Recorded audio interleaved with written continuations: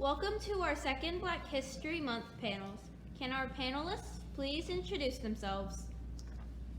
Good afternoon. My name is Jocelyn Eddy. I'm a retired Aransas County teacher. I taught elementary and junior high. My last assignment was teaching here at Fulton. My name is Darius Robertson. I am one of the high school assistant principals at Rockport Fulton High School. Describe your heritage.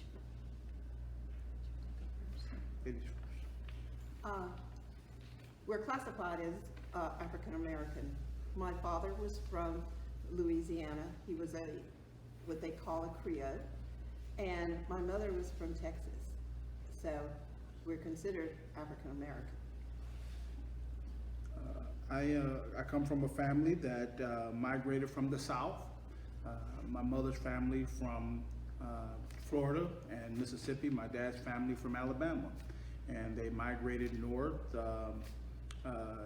during the civil rights era and searched for better way of life and better jobs, especially the auto industry in Detroit, Michigan, where my mother's family settled and my father's family settled, where my dad's family went to work for Ford, my mother's family went to work for Chrysler. Why is Black History Month so important? The study of Black History Month brings forth an awareness, and the awareness of the contribution and the struggle of the Black community. Dr. King once said that if we won't remember our end, in the end we won't remember what our enemies have done, but we will remember the silence of our friends. We can no longer just stand by and see injustice, either it's in the Black community or any other community. We need to stand up for what we know is right. So when we study a history of a culture, we see the struggles that they had, we see the contributions that they made, and we can learn to embrace those. So mine is awareness. And I agree that it's about awareness. It's and also an opportunity to celebrate the contributions of African Americans or Black Americans to America. If you go to the invention of the light bulb, beauty products, Madam C.J. Walker, the peanut industry with George Washington Carver, Lewis Latimer, and so many others have contributed to the industrial and technological advances to America. And it's an opportunity to celebrate those who, and some of them were not given the recognition that they deserved in the time that they lived in, but yet we benefit today from those contributions to America. What is a tradition you wish to pass down that your parents have passed down to you? Mine would be the importance of family and church. Family was the central, where church was where the family went. And so church was an important part of the Black history. It is still today. My children were raised in the church. They knew about community activities through the church. The church was involved in making us aware of things and opportunities that we had. Another is our tradition of cooking. No recipe was ever written down. It was taught to us, and so we have to pass that down and teach it to our generations. Some recipes have been lost. When we get together, we do dances that they did in the 1940s. My kids are amazed at what we call those, and they go, we're doing those, and some of the steps y'all are doing now, they were in the 1940s and the 1950s. So they weren't new, it's just the way that y'all have put them together. So it's keeping up with family traditions of getting together and staying with the church. And again, I have to echo the same thing, faith and family. I'm also, although being a high school principal, I'm also a pastor.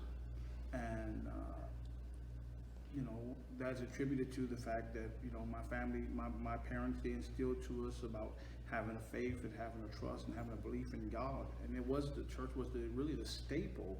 When we talk about Black history and Black America, the church was really the staple. It was what held people together, who couldn't find hope anywhere else, was that they could go to church, and the church it supported, whether it was for food, whether it was for benevolence, whether it was just being able to be around people who would encourage you.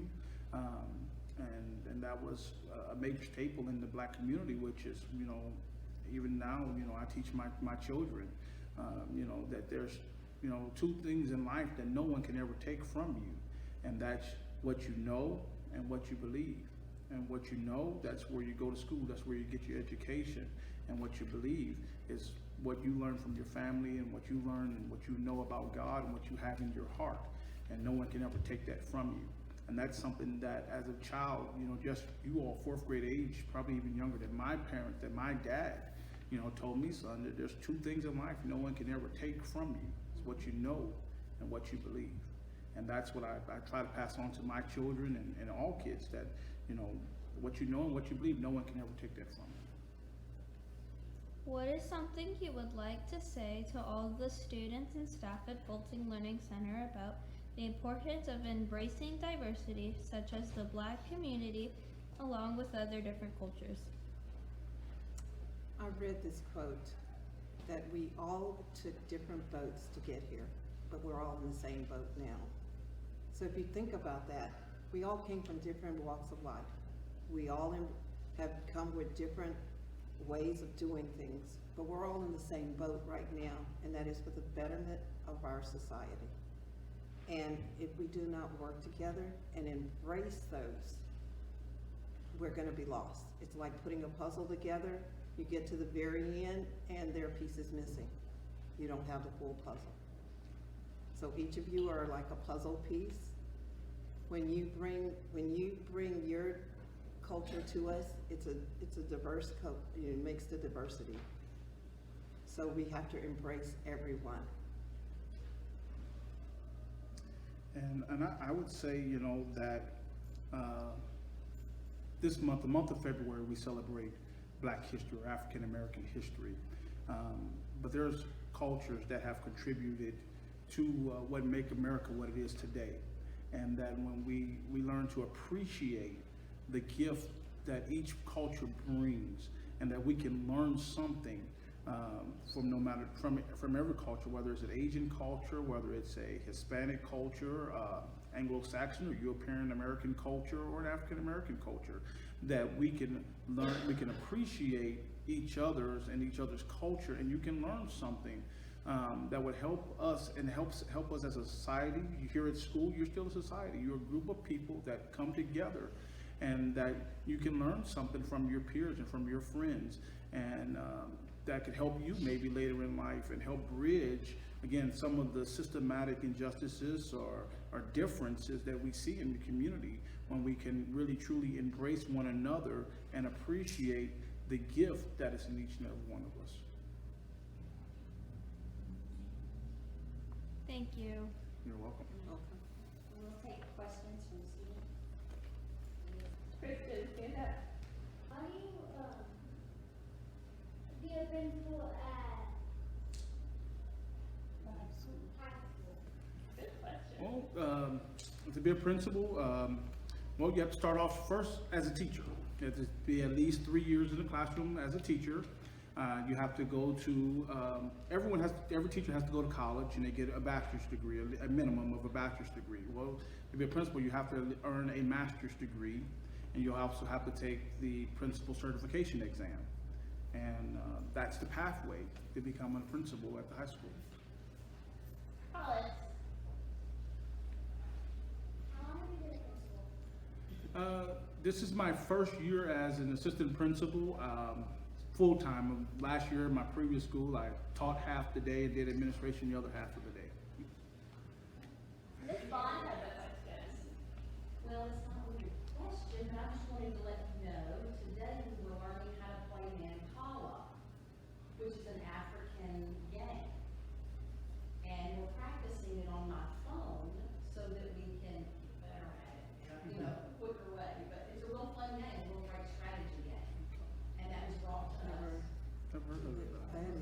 okay. Mary, What grade did you teach? I taught 1 year of 4th grade. I taught 5th grade, but I did most of my teaching in middle school, 6th, 7th, and 8th grade. Did you like being a teacher? I loved it. I loved it. It's an absolute calling for me. Yes, it was great rewarding. Nicholas, Is it fun being a principal? Some days. no. It is, you know, every day we get to touch the life of young people. And for me, that's my why, right? Why do I do this job? Why do I get up in the morning? Why do I keep coming day after day? Is because I get to touch the life of young people. And being an assistant principal, I've got roughly about 950 kids at the high school, and that's 950 lives I get to positively impact every day. Cameron, When y'all were teachers, what subjects did y'all teach? Well, I taught a variety of them. Because I taught 2nd grade, I taught everything. When I was teaching 4th grade, I taught math and science. When I taught junior high, I was teaching social studies and PE. I taught math. It's the most important subject. It is important. It's the only subject you can count on.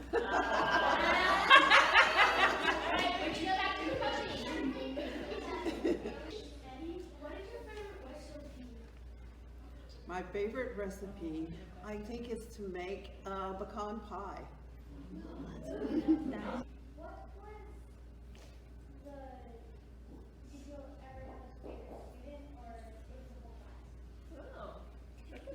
I never had a favorite student. I'd have a favorite class. Yeah, it's usually your homeroom class, because you spend the most time with them. Jeremiah, My favorite class, I would say, there was a group of kids that I taught in 4th grade, and I taught the same group of kids in 6th grade, and then I taught the same group of kids in 7th grade. Wow. And they are sophomores in high school now, and that was my favorite group of kids. I taught them 3 years. that's fun. Are your high schoolers crazy? No more than Not, elementary. not crazy, but very charismatic. Clay, What does the principal assistant do? What do I do?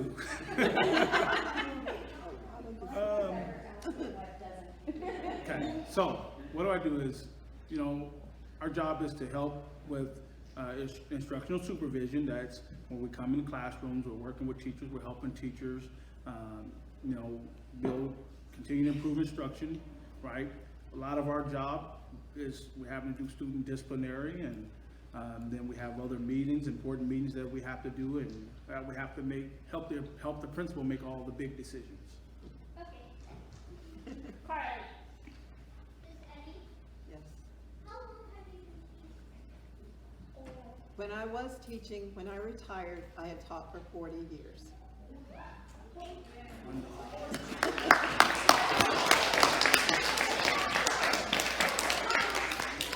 So I'm real old.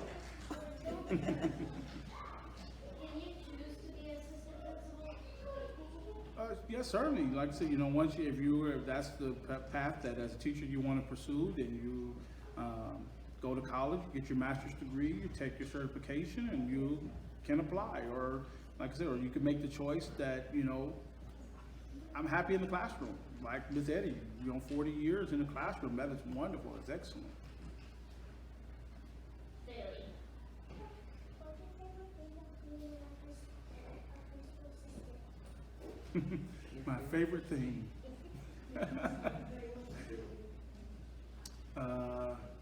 I don't know. It's so much. It's really getting to help teachers to help students. I think that would be my favorite thing.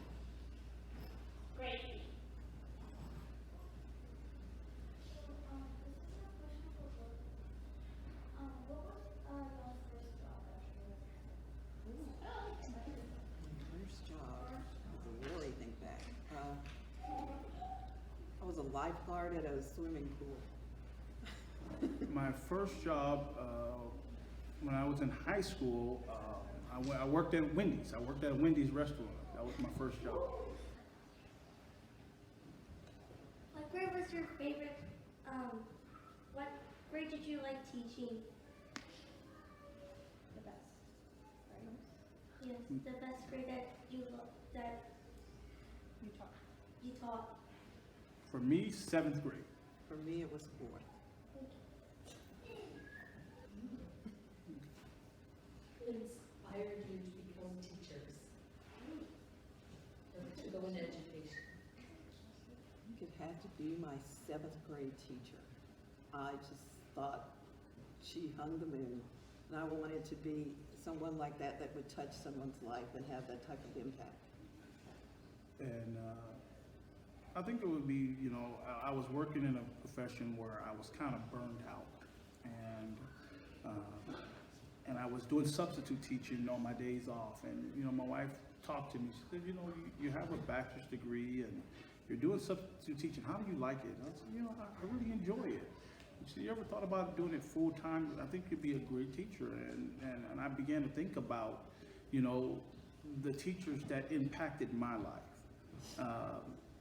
And it really helped me, you know, make the right choices and stay on the right path. And that really became my why, to give back to kids what was given me. Ananda. How long has African American culture been going on? Beginning of time. Beginning of time. A long time, yes. What was the toughest grade to teach? 2nd grade. Fourth grade. Okay, it's Carly, it's gonna be our No last pun intended, question. but 4th grade. I love the 4th. A 2nd is really dope. What are some of y'all's favorite activities? Oh, I like spending time with my friends. I like traveling, and now I have a chance to do that. And I like spending time with my grandkids and hearing how they are, what they are learning. I love fishing, sports, and watching Forest and Fire. All right, guys, let's give them a big round of applause.